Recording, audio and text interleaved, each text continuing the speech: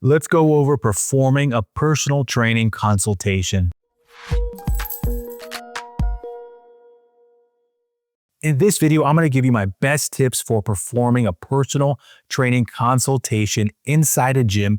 But if you work at a park, own your own studio, or traveling to clients' homes, you can always modify this to best fit your circumstances. My name is Tyler Valencia. I've been inside the fitness industry for roughly 18 years. I've been a personal trainer, group exercise instructor.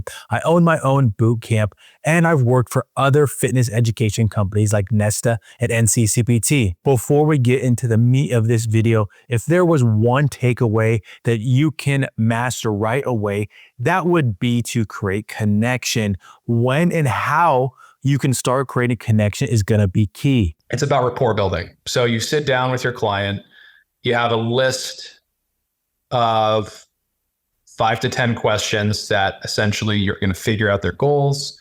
You're going to figure out their pain points. You're going to figure out essentially why are they here? Why are you potentially going to pay me thousands of dollars, right? And you spend a lot of time talking about that, essentially what they are trying to accomplish. And the focus should absolutely be on them, right?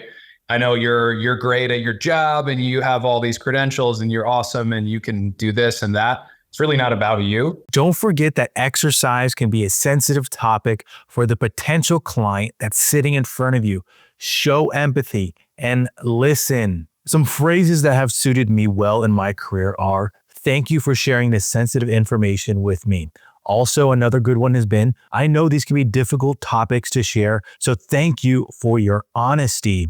Acknowledging what your client is sharing as sensitive and appreciating that they're willing to share it with you willingly is a big step in creating connection and starting to take down those barriers so you can get to the real issues that are holding them back from starting to train with you and achieving their fitness goals. You're listening a lot to what they're saying and empathizing. That is very powerful. If you can just get them to talk and talk and talk about their problems. Now, there's some debate to what a fitness consultation has and how to do it and what all goes into it. But think of it as that first opportunity that you have with a potential client to talk about their health history, get the conversation started about what they want to achieve, and provide your services as a personal trainer. Now, the consultation may be complimentary or done at a discounted rate. That might be dependent upon where you are working, but typically it's an hour to an hour and a half where you're going over the health history questionnaire, the PAR-Q, getting a signature on the informed consent, and then maybe you're doing a tour. Or maybe you are doing an exercise demonstration, a miniature workout. All those pieces there, that is part of your own style. I have met several fit pros over the years that they do it drastically different than I do it. Is there a right and a wrong answer?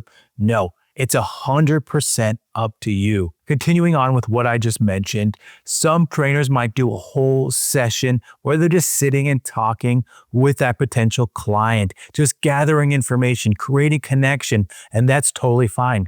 Some trainers, they will breeze through that part of it and get them onto the gym floor and talk with them throughout that part of the workout. It's style, it's preference, and it's also dependent on the demographic of that potential client. Think about it. If the client that's sitting in front of you, if they're not suited to immediately get on the gym floor, you might not be able to take them through a workout. And talking with them, really gathering information so that you can make sure that they're medically cleared, but also you understand the client that's sitting in front of you. Those are key pieces to think about. Let me give you an example from the complete opposite side of the spectrum. If you're working with general pop, it might be beneficial for you to get them on the gym floor. If you are breezing through that HHQ, the PAR-Q, and it's just no, continual no's on a lot of the questions that you're asking them, it might be beneficial to you to get them on the gym floor, get them moving, get them feeling like, oh, wow, I'm getting something out of this. and also demonstrating your capabilities as a personal trainer.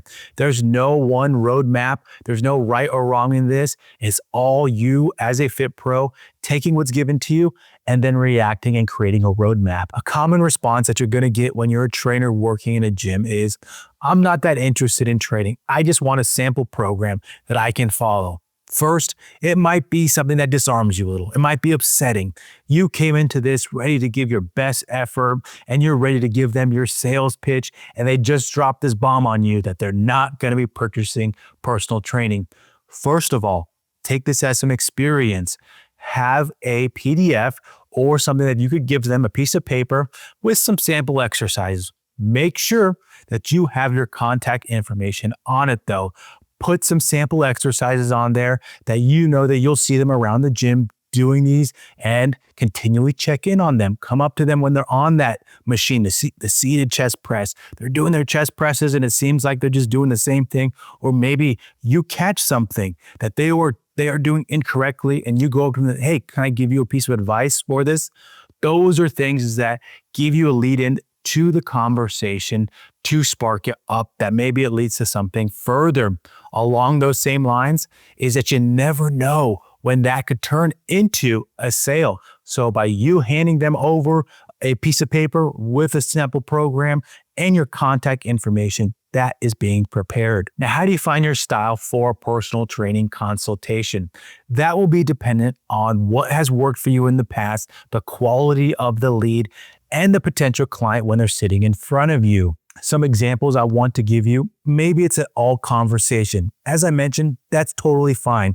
It might be dependent on the demographic that you're working with, and a conversation might be better suited. Option 2, maybe you're doing a conversation and a quick demo of exercises. What I would say for this is have your best of the best ready when it comes to exercises and how you would modify the exercises for that clientele. And the last one that I'm putting in here, maybe you are doing a conversation and an assessment. If you've already gathered some basic information, you know your client is ready to go and your client is already paid, this might be a better way to get that ball rolling, to create connection and get some data in that assessment that you can then program for the future. A good piece of advice for the personal training consultation is to find somewhere that's quiet, that you can hear the individual speaking from across the table, and you don't have to yell over any noise coming from the gym or any music. One spot that I used to frequent when I worked inside of a gym was the fitness manager's office. Not only was this where the body fat calipers were stored, but also it was where the in-body was. So you could sit, it's quiet, it's private, and you can get some basic assessments going to show to that client where they're at and create that conversation about goal setting and where they want to be. Some other spots that you could frequent if there are no dedicated spaces for personal training consultations is maybe there's a cafe, or maybe that there's a trainer room, or if there's a patio to sit and talk with your potential client. Should you provide a tour of the facility or not? First, it's your style. If your flow of a personal training consultation is just sitting and talking, a tour is a great addition to that to fill up that hour.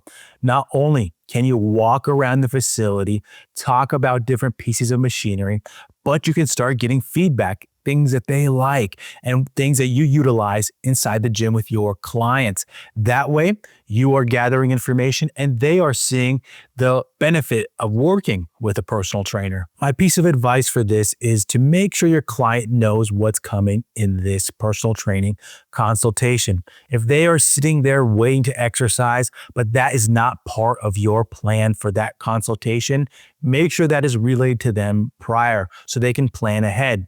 Or if your client is not expecting an exercise demonstration, let them know what you're going to be doing with that session prior. That's going to be a sit down and then a tour so that they can come prepared mentally. In the description, you're going to find a link to where you can download a sample HHQ, which is going to be on the KIPS blog. If you're working at a facility, they might have a form already that combines your HHQ, the PAR-Q, and the informed consent all into one. In this video, I'm going to be going over sections and pieces that you want to remember when you're going through this to make sure that you're ready, but also you know your flow and how you want to organize it as a fit pro. If you don't already work for a gym and you're looking at these forms as a way to get your business rolling, please brand them, put your logo, your business name, all on these documents, as it's only going to make them look more professional. Now, depending on where you're working, the HHQ is really a way to dive into their history, what they've done, what's worked. What I would approach this as a way to shape the follow-up questions that you have. During this, ask the question and listen. You're trying to think of the best way to get more information out of them so that you can shape how you want to work with them in the future and how you're going to help them achieve those goals. One of my favorite questions that you'll see on an HHQ is, have you worked with a personal trainer before? This is one of my favorites because it lets you know that they see the value of working with a personal trainer and that they're willing to pay for good services. Another common question that you'll see on an HHQ is, what has worked in the past? This is a good one because it lets you know if their goals are realistic.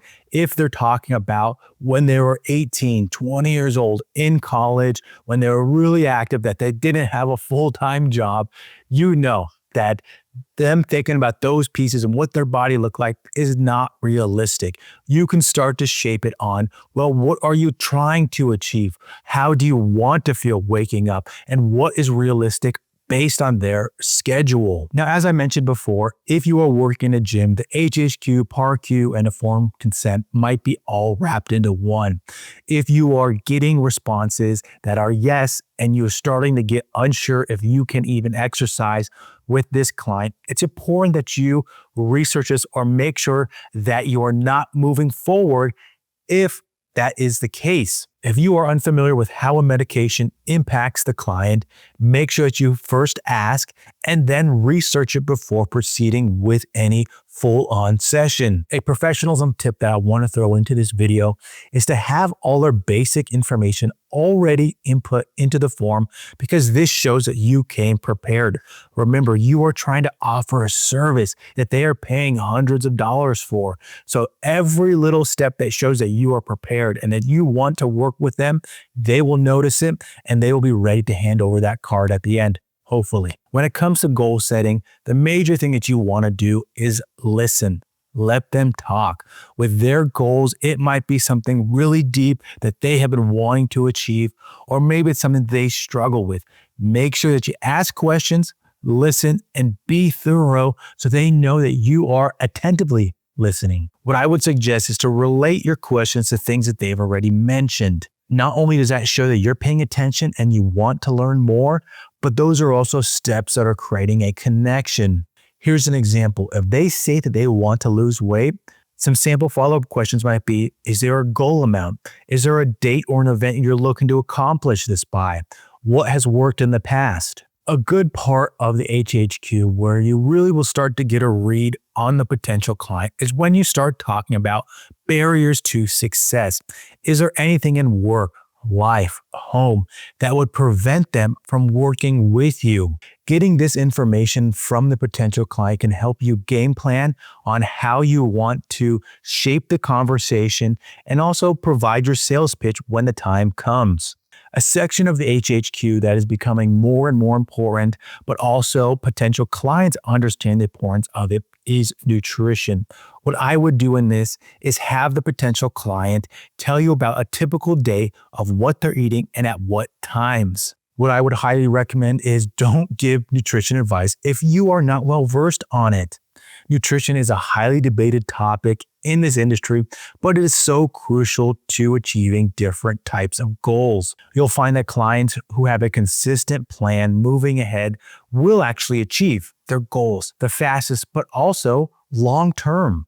What I would also do is to check legally what you can share in the state that you live in. Not only is this good legal-wise, but this could also help you with any future opportunities in your educational space.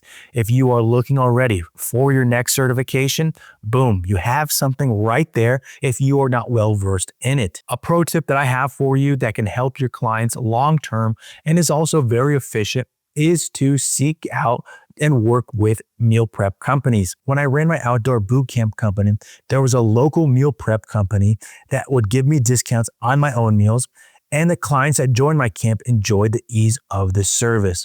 What you will quickly realize is that the overwhelming majority of people looking to get in shape, feel healthy, is that they have no idea where to start when it comes to nutrition. So don't feel bad if you want to refer them to a meal prep company that's going to help them understand, here's what vegetables look like, here's what serving sizes look like, and it all provides this in a weekly schedule for them when it comes to showing your pricing. And if you've done every step to your best ability, the best advice that you can get is to show your pricing and don't say anything.